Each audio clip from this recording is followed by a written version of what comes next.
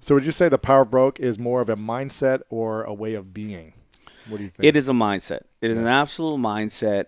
It is a way to think, and it is a way to know that, listen, if you really think about it, well, I can't come up with anything. I can't come up with any time, anything of substance in my life, relationship, whether it's personal relationship with family, friends, loved ones, that money ever was the reason the relationship worked. It never was. It was always a byproduct on a working relationship. It's like you're going out and dating a hot girl, all right? Your first day, hey, how you doing? You pull up to in a Bentley. Next day, buying her roses. Next day, buying her everything, right? Jewelry, And jewelry all the time, right? Month later, you lose your job, or you got sued for $1 billion or whatever, and you lost everything. She's probably gonna be like, well, yeah, I was so used to the roses. What happened? But. And I'm not saying that just about women or men, but Sure. but if things are built on a poor foundation, there's nothing there. Right. Gotcha. So what about, people say this is great and all. I'm a struggling entrepreneur, so I'm going to instill this power of broke. But what about you? Do you still have this with all the wealth that you've created? How do you create that when you have an abundance of income, essentially, that people may think? When you could put money into things and invest and try these different things, how do I exercise the power, bro? Yeah. So when you have the funds. Yeah, exactly. So it takes an average of $60,000 to $75,000 to create a clothing line, a first sample clothing line. It takes about 9 months to get it fully done. How many samples? Like one sample? A line of, let's say, 24 pieces. Okay. I'm sorry, if you're paying a designer and you're not doing it yourself, I would say $150,000. Gotcha. Right? I don't do that. So if I have something great logo, whatever the case is, I will go and get a tailor to maybe sew up 4 pieces, an average about $1,500. Then I go and find an Instagram star or a video. If I could, I give them 1,000, maybe 3,000. I put the stuff out and I go and watch the phone. Anybody calling? Anyone want this? All right, you liked it? All right, let's do another shirt. Right. Nobody calling? We're good. Cut bait. Sure. I can do whatever I want. Yeah. Right? I can put out a book called Power Broke, and I can hire a lot of great publicists and take out ads and everything else like that. Or I can reschedule 9 times with you to come over here and beg you to be on your podcast and call another 10 guys like you, Adam Corral and all these people, and go out there and bust my butt and use the Power Broke myself and send it out to 100 ambassadors, call them personally and say, hey, what do you think about it? Any changes? What can I do for you? Yeah. Stop over the store and start just signing out of nowhere. I just pull up in a Barnes & Noble and just start signing like crazy. I have to activate the Power Broke because you know what happens. When you have a sales staff and people, the number one person they're selling is you on how good of a job they're doing and how maybe you didn't give them the right materials. Sure. Yeah. Okay. So how can someone learn this? Is this something that everyone can learn? This absolutely mindset? Is something that everybody can learn, and that's why in the book I don't want people to think that I have I have this magical touch, this secret sauce. And that's why, as you've seen in there are many people that you and I know that I've interviewed and I've learned from in that book. Over 15 people that have accomplished massive success in their life. You know, I love talking about the people. Rob Dyrdek, as you say, started off as a skateboarder, no money at all. Kevin Plank, the CEO of Under Armour, $4 billion annual sales, didn't have enough money to pay a toll when he started his company, so they wrote him a ticket at the toll booth. Or Mark Burnett, the head of my show, right? ABC Shark Tank. The man was special forces or one of those type of things in the military in Europe. He comes over here, first job, a nanny. Wow. He was a nanny. Second job, selling T-shirts on Venice Beach, right? Or let's look at, I always joke about it because I put up a post about Steve Aoki. I say, Operation Power Broke. Everybody hit me. Everybody judges things without reading. Steve Aoki's dad had Benihana's. He was rich. Yeah, well, that actually hurt him because when he went to the hood to play music and be down with the clique, the keep it real artist guys, they were like, take your rich butt home. Don't come around here, little rich boy. Yeah. And then when he went to dad and said, I need some money to do this and that, dad said, what are you doing? I came to this country with nothing, and if you don't work in this company with me, I'm not giving you a dime. So Yeah. stop spinning those stupid little records. Now the man does $30 million a year, and he's the Wow. most touringest DJ in the world. Amazing. Yeah. Amazing. I love it. So what do you recommend people? What's the first step in this process of learning this and understanding this? What do you recommend if people don't know? Besides reading your book, obviously, but No, of course. yeah. Like, in I don't, so first of all, let me be very clear, and I've had to make sure that I want to acknowledge one thing. I'm not glamorizing not having resources in your life, Right. right? Because we all want to be able to take care of our family and have medical and have the things and an education and Right. things like that. So That's why people go on Shark Tank exactly, right? to get resources. Exactly. So don't make me say, oh, so I'm supposed to feel good about not having money. Not at all. Sure. But make that hunger. If you're gonna be Yes. there, tap into that hunger instead of complaining or feeling sorry or thinking that something needs to happen, right? Yeah, So Yeah, I was just gonna say it's more of an exercise of hustling essentially and using that hunger as opposed to let me just throw everything I have at it and see what works. right. Yes. And as I go through all those people, I want to show you that there's no one way to get to the level that you consider successful. But with this day and age of social media and technology, where there is no barrier to entry anymore of meeting and getting out to Yeah. people, you can have what we call a proof of concept and test your idea. So I go through there step by step on what to do. So now in any business, no matter what, you need to have a proof of concept. Yeah. Meaning, hey, I may think that my cupcakes are tasty, but let me see how many people buy them. Yeah. Now, if you can't even make a cupcake, I'm sure you can film a 30-second video on your phone and tell of you making it or telling people about it, and you can get proof of concept if you have 10,000 people views your video. Right.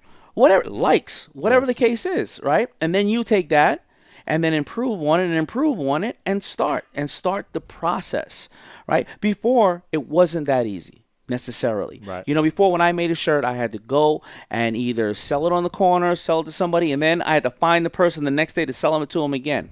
And then, or if I sold it to the store, who would they sell it to?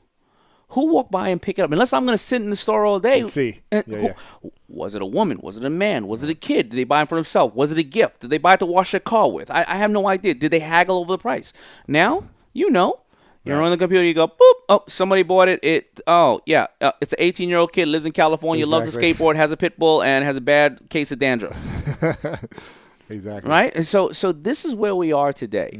So you can test your concepts very, very easily, and you can then be more equipped to go out to the world. And you'll find funding. There's so many ways of getting funding now. Yeah. I'm curious, and I don't really want to talk too much about Shark Tank, but I'm just curious since Yeah, we can talk about all of it. Who has been the most inspiring person to you from the 7 seasons you've been on? The person that came on where you just they blew you away, that you wanted to go talk and learn more from them, or you were just inspired by their story so much that maybe someone you invested in or someone you didn't, or someone. Yes. Very, very hard to say because there were so many. Right. And I truthfully, the person who learns the most from Shark Tank, whether the viewers or anybody else, is me. I learn from, I joke about the other sharks, but all joking aside, I learn from them, and I learn from these young men and women who are coming up here and they're doing business an entire new way. Yeah. And there's some in the book, there's 1 or 2 in the book, but let me think of others. I mean, there was this young lady I did a deal with for it's called Fresh Picked moccasins, leather moccasins.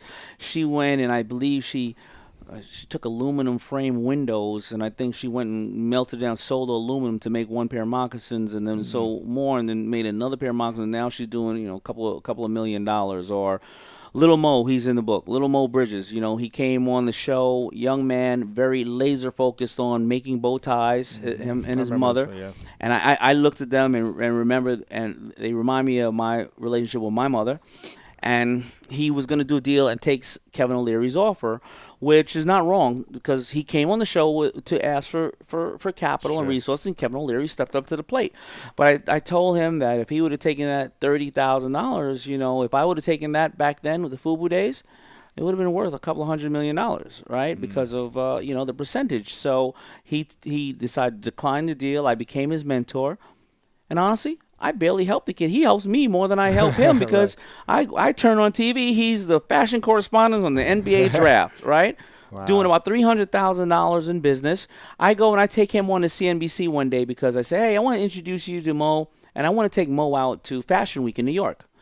Uh, um, oh shoot, what did I forget? What's the name? What's the name of the big retailer in Dallas? That Neiman Marcus, the CEO of Neiman Marcus, one of the highest retail outlets Right. in the world, calls the show, and I've never been in Neiman Marcus, and I pick up the phone. Yeah, how can I help you? You know, you want my Coogee brand and all that. And she's like, let me speak to Mo. All my Wow. life, I've never talked to this person. She wanted to speak to Mo. Wow. So, Amazing. very inspiring. That's very cool. What would you say is a ritual that you, as a non-negotiable for you every single day? Something you do in the morning or at night or throughout the day? Something every day that you do? I read my goals. Mm. I read my goals not every day, but I read them 5 days a week. I read Yeah. them in the morning, when I wake up, and I read them at night before I go to sleep. I have 9 goals that range from business to health to family. 6 of them expire every 6 months, Really? and yeah, and 2 of them. 6 of them expire in 6 months. 2 of them expire in 5 years, and one expires in 20. Um, and they're very very detailed in what they are, and the reason is I want to read I want them to be the last thing I think about when I go to bed. Huh. And I reset them every 6 months, but I notice that as the date comes up, I start to have this anxiety. All right, If you haven't achieved it yet. yeah, right? if you haven't achieved it, I gotta and do most of them you're not going to achieve if you really set aggressive ones, Right. but you're going to get there 50, 60, Pretty close to it, right? 70%, Yeah. bang, then reset it for a longer period of time with a higher goal to Yeah. reach. Okay. What got you into setting goals, or what's the process for you, and why is this so important? The third time it settled in, the third time I read this book the first time when I was 16. The third time I read the book, I was 19. I read the book every year, Think and Grow Rich. It's a great book. Yeah, They're of doing a course. documentary right now. Did they approach you? No, they didn't. I mean, they sent me some leather bags, some really special Sure. ones. Yeah. But yeah, they maybe they don't know how to get a hold of me. It's pretty hard. Well, if you want, let me know. Yeah. They reached out to me to do an I interview. So. I would love it. Yeah. It's a great book. Absolutely. Got a couple of them up there. Yeah. Yeah, so many editions. Yeah. You know, if we can only be so lucky to be like Napoleon Hill, right? It's amazing. So that's where it is, and the ritual is pretty simple. It's if I say, hey, I need to lose X amount of pounds, by this date, I'm going to, and then what's the process? Well, I'm going to drink 6 bottles of water. I'm going to drink 1 green drink a day. I'm going to do cardio in the morning, and if I can slip in some weight training at night, I'm not going to eat out to 7 p.m. I'm not going to eat fried foods and/or meat. And in return for that, I will be healthier, and I will be able to live a longer, prosperous life and be in my daughter's lives longer, and to make sure that I'm there for them. And so, what is the goal? How are you going to get to that point? When does it expire? Yep. And what is the reward for the goal? Sure. Why? I do 6 and 12 months goals myself. Why do you think 6 months? I think you said a year, and then or 5 years, and then 20. Yeah. Why that time frame for you? This is the time frame I pick. So I think 6 months is a reasonable time to accomplish something and/or say to yourself, what's wrong with you? You've been talking this crap for 6 months, right? I think that also in 6 months you can see the change, because if Yeah. I sit there every morning and I sit there and say I'm going to have a green drink or a banana for breakfast, then that's one less time that I'm going to have that everything bagel with sour cream and salmon and all that stuff. And Right. by the time the 6 months go, I've probably done that 40 times, 90 times, and you start to see the difference in what it is. So the 5-year one, I want to be somewhere in, what are we going to do in 5 years? I don't know. And then 20-year Yeah. one is always going to be about that kind of, as I look over my family and my health, legacy and and- my yeah. legacy to some extent, and hopefully. Sure. Hopefully, then I have to reset the 21, the Right. 20-year goal. Can you share with us one of them, or did he keep them pretty private? No, I share with you one a little bit. Yeah. The losing weight Yeah, one. yeah. When I get back into my training mode, that's what I am. Right. That's what I do. Do you have a specific weight you want to get at? Well, usually when I shoot Shark Tank, I'm always at 168. Why 168? Is that just the weight you are? That's just the way my body works, right? I get Yeah. to 168, and then when I'm off season, I usually get up to about 185 during the winter, and then if I'm really, really like traveling too much, can't do it, I can get as high as 193. You like to hibernate. You like No, to you know what? It's just being on the road, bad sleeping Yeah, habits. You know what I it's mean? tough, man. And it's just hard. I'm sure this book launch is not helping you either. No, not at all. Not at all. I love it. What is another ritual in the morning that you do? Let's say when you're in your home, you're in a good routine, you're not traveling. What's another part of the ritual that you follow? It's gonna be getting up, and it's gonna be it's answering emails. I mean, because you want There's so many opportunities. You want to you just want to get them out of the way before you get to the office, because you're never gonna get to them after that. Yeah. My next book is probably gonna be called Death by Email. You know what I mean? Sure. I don't know. These emails, man, kill me. What do you think's something that wealthy individuals, or people that you've been around who have built multi-million-dollar businesses or billionaires, what do you think are 2 or 3 things that they think or do differently than people that don't make that? The billionaires I've seen, they, first of all, I'm not saying it because of the book, but they use The power bro. the power bro. Sure. They'll spend $1 billion on a party, because that's a party, but they're very disciplined, and they won't spend that on launching a company. They will act like they don't have anything. With a mentality, number one. Number two is they write down everything. Really? They write down everything. We got into this day and age where people are typing in their smartphones. They physically write down everything. And I remember one of them said to me, the dullest pencil will always remember more than the sharpest mind, which is a very, very, very, very well-known quote. And usually what they write, I noticed that they write how to save the most on taxes. Really? Yeah, they usually write that because tax codes change often, all right? And investments have certain tax benefits or not, whether philanthropy or whatever the case is. And they look at it like this. They go, well, I can either start, I putting in my pocket $200 million a year, argument's sake. I can either go and start a new business, right, that I need to go and, and maybe I'll get up to $100 million, $200 million, and I pay taxes on it. Or how do I save on that 40 or 30% of taxes that I'm going to have to pay away because I already have the money? Why lose it? And they concentrate on that all the time, and they're looking at everything. And then the last thing is when I always talk to them. When we have conversations, they think purely on a global scale.